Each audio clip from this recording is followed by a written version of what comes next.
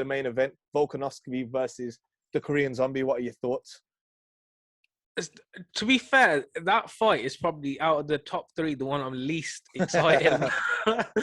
So it's a bit of a shit note to start on, but I just think it's going to show how good of a champion Volkanovski is in there, because I think he's really going to show his dominance against the Korean Zombie. I know the Zombie's coming off a win against Dan Ige or Ige. I don't know how to pronounce I call him it. Ige. Is it Ige? Yeah. But he's lost to the likes of, obviously, Brian Ortega. He took, Rodriguez at the very last second of the 5th round. Was it the third? He's lost to Aldo as well. Round.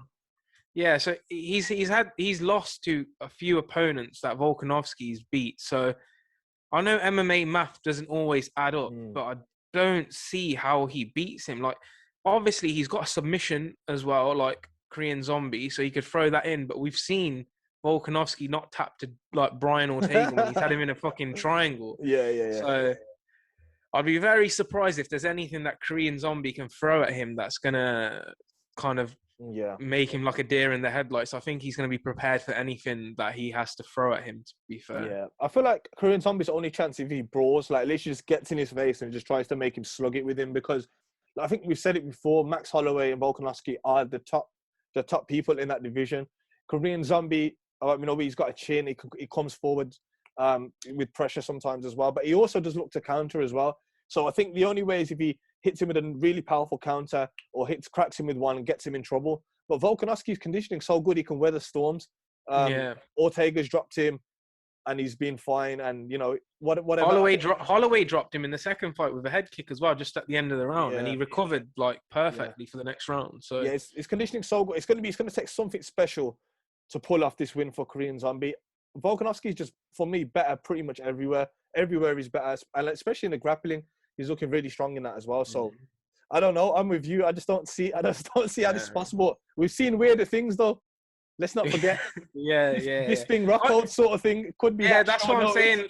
MMA math doesn't always add up, man. So it is a bit of a weird one. Like, Korean Zombie's never in a boring fight either. So yeah, if he goes out there and tries to throw the kitchen sink at Volkanovski, it's just going to be interesting either way, just to see how Volkanovski handles it.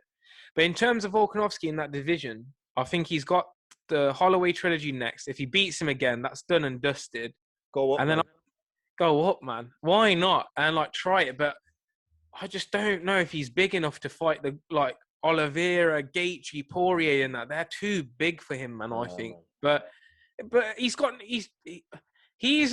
if he beats Zombie and then beats Holloway again, then he has to be in that top 5 pound for pound. Like, he's there, man. Like, that division's got some really good fighters. I think maybe Rodriguez he's got as well to beat in there, but other than that, man, he's made light work of a lot of people.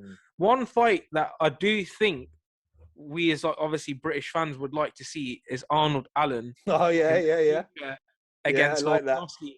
I think Arnold Allen's maybe one fight away, so I think it'll be Max next. He fights someone, and then Arnold Allen could get his shot at Volkanovski, man.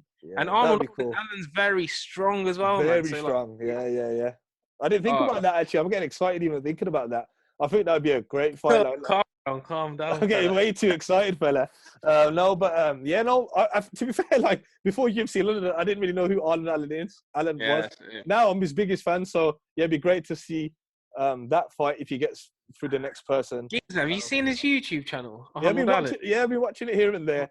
Yeah, I've been watching it, but he's a bit dry in it, man. He's a bit dry. But I just like the fact that his dad's a strong man. I just rate his dad as well. So I've seen the one where they work out together. I've seen the one recently as well when he went Camden Market, just eating better food than that. Yeah, I think they've all put on weight from UFC London. I think Paddy the Baddy's gone up to 180 pounds or some shit like that. Nah, bro, I swear I think he's 185, isn't he? He's man.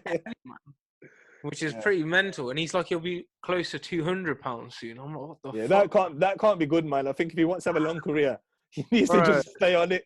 Kamzat style. Yeah, man. It can't be healthy jumping up and down that much weight. But, okay. Yeah. Cool. I don't think we can really say much more about that. It's hard to break that one down. Just I know that Volkanovski's younger as well. The reach is probably similar, I would say.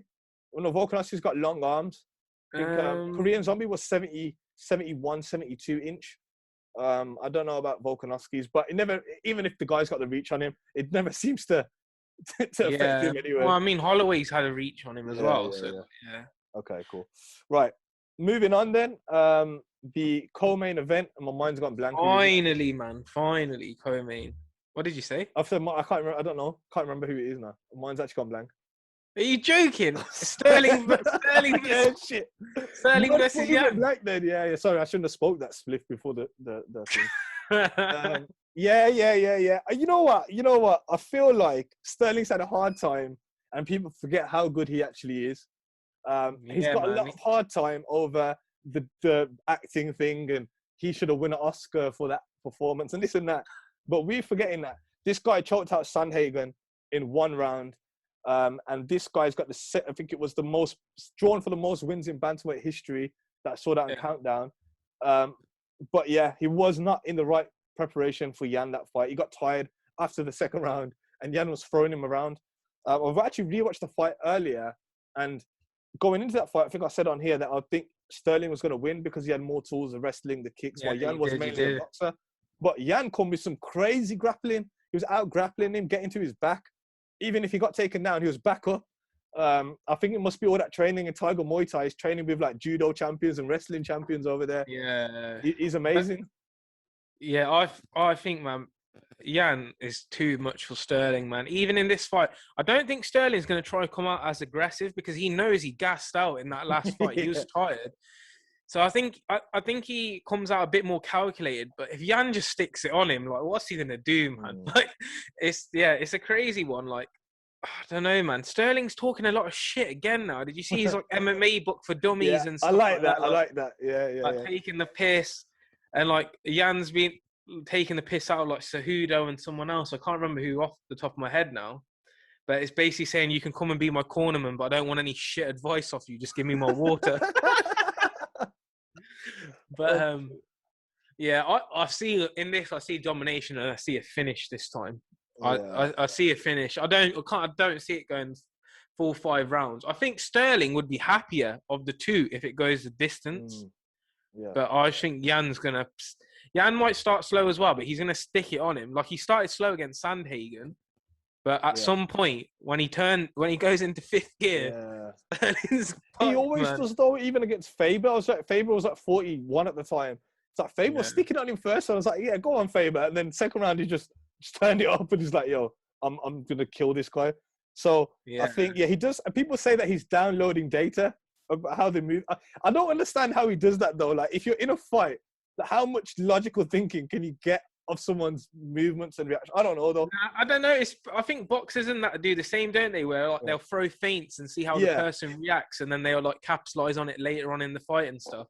Yeah. Maybe he's doing it. Maybe he isn't. Who fucking knows? Only Yan knows that, man. Like, but the only weakness I've seen in Yan is when you put pressure on him, he sort of shells up like this. I don't know if you've seen that. Yeah, I don't think he likes fighting on the back foot, man. Yeah, he's much better like going forward. But yeah, I think if you put it on him, but I just don't think Sterling can put it on him. But you need a crazy gas tank. You need like someone who's just gonna put the pressure on, like Colby. Someone like Colby or like even Holloway. Like you just know he's not going to tire, and he's willing to take shots back because he's going to get caught as well. Yeah, but I don't know, man. I'm just so surprised about his wrestling because he was always introduced as a boxer, and they introduced him as a boxer as well. So for him to have that strong, better grapple, well, let's say similar level than Sterling, like wrestling all his life. I think because he's very physically strong as well. So it's like, where does Aljamain Sterling maybe get some kicks in there, some leg kicks in there, something like that. Mix it up as much as you can, but it's going to be a very difficult task. I think the Tiger Muay Thai must help, bro, because they have very, very good wrestlers, even from like Bellator and stuff. Like Hamzat's just been there recently as well. Yeah. Imagine training with him. Getting solid rounds. a little bantamweight in that, man. He could fucking chuck him across the room if he wanted to. But in terms of that division, man, it's got some fucking good fighters in that division. There's that in terms of who. Well, I'm skipping ahead and saying Yan's gonna already win. We don't know, but I would think if Yan was to win, I agree. it's probably the TJ Dillashaw fight. Yeah, I'd love to see that's it. There. Who else is fighting in that division? Rob Font's fighting soon against Jose Aldo, isn't he? Yeah. In Rob that division, doing really well in that division. Jose Aldo's ranked 3rd, bro. In that division, but Jan's already dealt with him twice. Yeah, yeah. Rob Font is good, man. Like he fucking murked Cody off hard, man. Yeah, but that's nothing to go by these days. Maybe like 3 years ago, that would have been a thing. But no, I agree with you, and I think, for that division, if Jan gets it, TJ, I'd love to see it because TJ's a dog in there. Like he's so competitive, he won't give up. He'll push forward. He has got good cardio as well, even without the EPO. So I would love to see it, and he's got really good wrestling as well. And I think I would love to see that fight. I don't know when TJ gets back from his knee injury though. Yeah, don't know. But another thing we haven't even mentioned: fucking Sterling's coming off that neck operation or whatever he had, man. Yeah. And Jan's been active. Like, sure. Yeah. Like, I don't understand. Like, surely it's just like Jan's a clear favorite, man, in this fight. But it's mad. Like we're right. Maybe the neck operation helps Sterling in his grappling or some shit like that. He can move better. He can train more. He can maybe do more rounds in the gym. I don't know. Fuck knows. But he must have had some sort of layoff for sure. I don't know if he's been as active, man. Yeah. But